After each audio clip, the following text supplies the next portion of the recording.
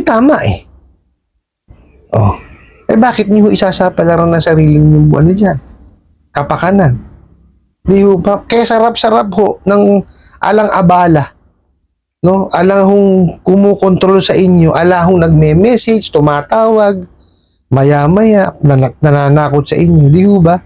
Huwag niyo hong ipagpalit yung peace of mind, no? Sa kapirasong pera ho na ipapahiram ng mga bugok na online lending apps na yan.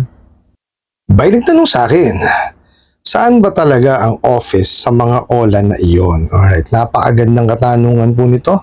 Pero bago natin sasagutin, imbitahan ko muna sana kayo na pakisuportahan po sana ang aking mga social media accounts sa YouTube, Facebook, and TikTok. Okay, ito pong katanungan na to is na matagal na ho na itinatanong po sa akin. Okay, pero isa lang ho ang diyan, ang maisasagot po natin, no? Hindi ho din tayo sigurado. Kasi ho, isang halimbawa na ho diyan, no, is yung ginawa kong investigasyon nitong isang reporter, no, na pinuntahan po yung address na nakarehistro sa SEC, no. Tatagpuan naman po yung building at tama naman po, sabi ng gwardiya, doon naman po talaga. Kaya lang ho, wala hong tao yung opisina. Parang lumalabas lang ho, doon lang nakalagay yung mga server, no, doon lang ho nakalagak yung mga upuan. Okay, so wala ho din silang mapagtanungan. Di ho ba? Kasi kaya nga ho nagpunta yung reporter doon para makipag-interview ho yung representante ng online lending apps. Kaya lang wala ho. Okay, tapos isa pa hong example diyan, no, yung kay Kajani, shout out sa iyo, no, gawin ko lang halimbawa yung sa Maynila nga daw ho, di ko maano kung matandaan lang kung abandonadong warehouse o abandonadong lote. Pero alin lang ho dun sa dalawa na yon, no? So, mali pa rin yung ibinigay na address. Di po ba?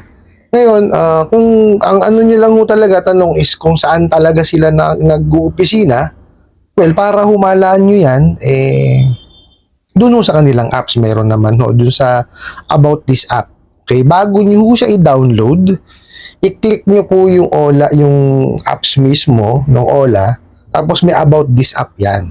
Okay, i-click nyo po siya, no? Tapos po, nandun po yung description, no? Yung description po nung OLA. So, nandun yung interest, processing fee, yung pwede nyong hiramin sa kanila, yung yung SEC registration, pati yung certificate of authority, nandun po. Tapos, nandun din po yung kanilang email address, contact details, at saka po yung address na dineclare po nila sa SEC. Ngayon, ang big question kasi doon is, tama ba yung inilagay nila ron? Kagaya nga ho na ibinigay ko na halimbawa, pinuntahan ng reporter, mali ho. Di po ba? So, kumbaga, sa simula pa lang po, actually, hindi pa nga nagsisimula yung transaction ninyo, nililin lang na kayo at niloloko nitong mga bugok na to. Address lang hindi maibigay. Di po ba? Pero meron ho mga, mga online lending apps na legitimate po at talagang nandun ang address nila. No, kaya lang ho, kalimitan dun sa mga abusado na online lending apps, hindi ho nagbibigay ng eksaktong address yan. No, kaya nga ho hindi ma-read yung mga bugok na yan. No, kasi nga ho, hindi tama yung ibinibigay na address. No, kasi nga sabi nga ho nila, di umano. Kalimitan niyan puro work from home daw po. Okay, so paano makakapagtrabaho ng maayos yung work from home? Sino magsusupervise dun sa paniningil? Di po ba? Paano isusupervise yung paniningil nun? Kaya nagkakagulo-gulo ang paniningil niya, kakalechi-lechi eh. Di ba? Hindi tama yung ginagawang paniningil. O sino sisita? Wala. Samantalang kung nasa opisina ho yan, nasa isang hilera, pag mali sinasabi niyan, ay masisita mo agad. Di ba? Maling-mali eh. Hindi ako pabor sa ganung klaseng trabaho eh. Di ba? Not unless yan, kung seasoned yan, collector yan, o mga veterano. Pero ganun pa man po, hindi tama eh. Di po ba? Tapos bukod doon, di umano raw po, wala naman dito sa Pilipinas talaga yung mga bubok na online lending apps na yan. Di ba? So, paano nyo huhulihin? O di ba kagaya na lang nga ho nung ano, yung na-revoke recently, no, yung mga nakaraang buwan, no? Na-revoke pero hindi ho may serve yung ano, revocation ano, dahil nga hindi ho maalala kung saan pupuntahan eh. O di ho ba? Paano gagawin natin doon? No, kaya ho ako ang lagi kong payo sa inyo. Bukod ho sa magbasa kayo ng mga reviews, magbasa kayo ng mga about this, huwag niyong tatangkilikin na manghiram dyan sa mga bugok na online lending apps na yan. Hindi ho lahat ng dadaan sa feeds po ninyo. Hihiraman po ninyo. Yes po, naintindihan ko. No? Lahat po tayo nangangailangan po. No? Kumbaga dumarating tayo sa punto na kailangan tayong manghiram. Ako din ho umaabot sa ganun. Kaya lang ho, hindi ho naman doon tayo manghihiram sa mabilisan. Kasi ho, sa lahat po ng, ano, ng mga bagay na nakukuha ko sa mabilisan, eh talagang sigurado sablay ho yan. Nako-compromise po ang quality. So, isang halimbawa na lang po, okay. Pagka ho tayo magbubulalo, o di po ba? Pagka ho kasi yan, inilaga nyo o pinakuluan nyo po sa tama, yung pinakuluan nyo na matagal, na slow cooking, sarap ng sabaw niyan. Apakalambot po at sakto yung, kumbaga yung lambot niya, yung texture niya, masarap kainin. Pero pag kaya nilagay nyo sa pressure cooker, hindi ho ganun kasarap na sabaw niyan. Okay? Tapos ho, yung lambot, yes, malambot, pero hindi yung kasing sarap nung lambot o linamnam nung lambot nung pinahaba, yung sa mahabang pakuluan. Sa mga nagluluto ho, alam yan. No, hindi nyo na ho may tatanong, ito hong channel na to, nagsimula po ito sa cooking channel. Kaya lang ho, nung pandemic nga ho, ginawa ko siya, kaya lang bumalik na ho sa dati, so hindi ko na ho maasikaso. Kasi may deja vu ako, tapos magluluto pa ako para may maipakita lang ho. Kaya binago ko po yung aking content. At nakita ko naman po na napakalaki pong pangailangan ng mga kababayan po natin na mabigyan ho sila ng advices, no? Kahit konting tulong para po maibsan yung nararamdaman po nila sa pang-aabuso nito mga online lending apps na to. Kaya binago ko ho yung content ko. Okay, mabalik ho tayo. So yun ho, no, nakita nyo yung pagkakaiba. Di po ba? Pagka dumaan ho sa proseso, maganda yan. Di po ba? Pagka ho dinala nyo kasi madalian yan, talagang nako, sakit lang ho sa ulo. One good example po, no? Napapahiram mo pati estudyante. O, kung may evaluation ho yan, kung dumadaan ho sa proper way ng pagpapautang yan, eh hindi ho mapapahiram yung estudyante. Di ho ba? Estudyante, ano ibabayad niyan? O, sa dami ho nagtanong sa aking estudyante, ano daw ang gagawin nila? Bumabagsak na raw ho sila dun sa kanilang subjects, kahiisip po dun sa pang-aabuso sa kanila. Hindi na sila makapag-concentrate sa pag-aaral. Nakita nyo yung ginagawa niyo pangharas, pang-aabala at pananamantala dun sa mga estudyante. Anong kinalaman nun? Pinahiram nyo? Di ba? Wala talaga kayong sentido común. Estudyante nga nag-aaral. Ano pang babayad nun? Di ba? O baka mamaya ibalik nyo sa akin kasi nag-apply Sira ulo pala kayo Di ba? Lahat ho ng tao, pagka nilatagan nyo, pinalabas nyo sa feeds, hihiraman kayo. Nangangailangan ng pera yan Pero kayo as lending companies, financing companies, dapat kayo ang gumagawa ng tamang pagpapautang.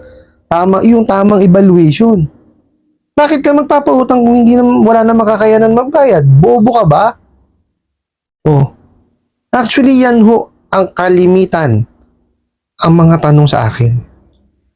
Hindi na raw nila kayang bayaran, wala daw naman sila kasing kakayanan talagang bayaran, napasubo lang sila sa panghihiram. Hindi ko sila masisi kasi kailangan nila ng pera Kaya lang ayun nga ho kasi kaya ho ginagawa natin tong ganitong klase ng video para maiparating ko sa inyo na hindi nyo dapat tinatangkilik yung mga yan kasi ay nako, masisira ho ang buhay nyo dyan kasi wala hong proper evaluation. Hindi nyo ho alam ang magiging kakahinatnan nung hihiramin po ninyo. Hindi nyo nga alam kung ilang percent ang interest, ilang percent ang processing fee, kailan ang first due date, di ba? Hindi nila ho sinasabi yun. Hindi ho nila sinusunod yung The Truth in Lending Act. Bakit po? Kasi pag sinabi nila yun, walang manghihiram sa kanila. Ubos ang negosyo nila. Di ho ba? Yan ho ang mahirap dyan sa mga yan. Tsaka ang dami yung tinatago niyang mga bugok na online lending apps na yan, yung mga abusado na yan. Napakarami yung illegal na ginagawa niyan. No, di umano. Kasi nga, yun nga ho, ayon ho sa mga sitset, di umano ito na connected nga daw sa Pogo. Di umano raw po, yung kikitain sa Pogo, yung po ang ipapautang di umano para po mahugasan yung pera. Nakita niyo mga katarantaduhan at kalokohan nitong mga kung totoo man po yun. Di mo ba? Hindi tama eh. Oh. Bakit niyo isasapalaran ng sarili niyo dyan? Kapakanan. Di ho ba? Kaya sarap-sarap ho ng alang-abala. No? Alahong kumukontrol sa inyo, alahong nagme-message, tumatawag, maya-maya, nananakot sa inyo. Di ho ba? Huwag niyo hong ipagpalit yung peace of mind, no? Sa kapirasong pera ho na ipapahiram ng mga bugok na online lending apps na yan. No? Marami naman ho kayo mahihiraman eh. Di ho ba? Kaya lang hindi ho ganun kabilis. Okay? Kung yan ho, within the day, maniwala pa ako. Pero within 5 minutes, ay katarantaduhan ho yan. Hindi ho tamang pagpapautang yan. Kasi within the day, okay pa yon dahil nagawa niya talaga yung proper evaluation kahit papano. No, may mga online lending po na ganun, no? May apps din nun, tas may web-based din nun. I-click nyo na lang po yung yung mga links diyan sa aking description box. Nandiyan naman po lahat. Okay, kay gumawa ho kayo ng sarili ng due diligence. No? Inaarmasan ko na nga ho kayo, i-click nyo na lang eh. No? Para ho basahin niyo maigi. Tapos masanay ho kayo o ugaliin po ninyo, magbabasa kayo ng reviews, magbabasa kayo ng about this, no? Manood kayo ng mga informative videos regarding po sa mga abusadong online lending apps. No, armasan niyo po ang sarili po ninyo. Magbasa po kayo ng mga batas, ng mga memorandum, no, para alam niyo po yung pinapasok po ninyo. Okay? Hindi ho yung lahat po nang dumaan sa bisyo, hiraman po ninyo. Huwag hong ganun. Kasi dapat ho yan unang-una sa atin nagmumula. Ano ho ba yung kakayanan natin bayaran? Di po ba? Kaya ba natin magbayad ng ganitong halaga? Ganitong katagal? Di ba? Evaluate muna natin sarili natin bago ho tayo magkiklik na magkiklik. Pagka naalam natin na sa sarili natin o naalaman natin sa sarili natin na eto kaya ko siyang bayaran talaga. Kailangan magkaroon kayo ng dedication at maging consistent kayo na mabayaran nyo yung nahiram po ninyo. Kasi mahirap po yung yung hihiram tayo tapos hindi naman pala natin gaya. Okay? Kasi it works both ways yan. Kailangan na-evaluate natin sarili natin. No? Pero ang pinaka-importante kasi sa lahat, itong mga lending at financing and even banks, dapat na-evaluate po kayo. Hindi ko kasi po pwede na pahiram lang sila ng pahiram. Hindi hindi magiging healthy yung yung utang.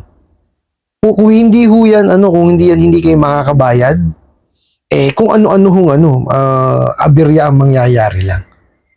Yun yung gawin po ninyo, Huwag niyo na alamin kung saan pa nag-uupisina yung mga abusadong online lending apps na yan. Kasi wala rin mangyayari. Kasi puro pawang kasinungalingan lang po ang nakalagay dun sa about this nitong mga abusadong online lending apps na to.